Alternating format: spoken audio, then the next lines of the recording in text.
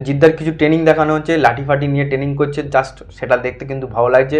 এবং কিছু মেকআপের কাজ, যেটা কিনা তার হয়তো ফার্স্ট লুক হবে এই সিনেমার, বা পোস্টার ছাড়বে যখন ফার্স্ট লুক পোস্টার, তো সেটাই হবে মনে হয়।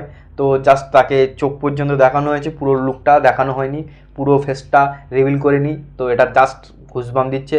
তো স্বাধীনতা দিবস উপলক্ষে অ্যানাউন্সমেন্ট ভিডিওটা নিয়ে এসছে, এবং এই টিজারটা কিন্তু একটা আলাদা রকমের ভাইব দিচ্ছে। মনে হচ্ছে যে না, কিছু একটা অন্যরকম হতে চলেছে। জিদ্দা খাকি দ্য বেঙ্গল চ্যাপ্টার করেছিল এবং অনেক দিন চুপচাপ আছে, তো একটা বড় সড়ো কিছুই নিয়ে আসছে, সেটা দেখেই তো বোঝা যাচ্ছে আরামসে। তোমরা তো জানো ভীষণভাবে জিদ্দার ফ্যান্স, তো অনেক দিন ধরেই ওয়েট করে আছি পিওর একটা ঘুষবাম, মানে একটা হাই লেভেলের কিছু একটা আসার জন্য। তো জিদ্দা বাংলা ইন্ডাস্ট্রির প্রথম হিরো যে প্যান ইন্ডিয়া রিলিজ দিয়েছে আমরা জানি, এবং জিদ্দার স্টেপ সবসময় এক ধাপ এগিয়ে থাকে। তো বাংলা ইন্ডাস্ট্রিতে অনেক কিছু চলছে, অনেক হাই ফাই বাজেটের সিনেমা আসছে, ঠিক আছে। তো সেই জায়গায় দাঁড়িয়ে এই সিনেমাটা কিন্তু একটা অন্যরকম হতে যাচ্ছে। এবার কিন্তু খেলা অন্য রকম লেভেলে হবে, যা দেখে বোঝা যাচ্ছে টিজারটা। তো জিৎ ফ্যান্স, তোমরা যারা আছো কমেন্ট করে জানাও কেমন লাগলো এই প্রথম এক ঝলক।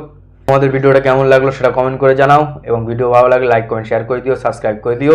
দেখা হচ্ছে নেক্সট ভিডিওয়, ততক্ষণ সবাই ভালো থেকো, বাই বাই।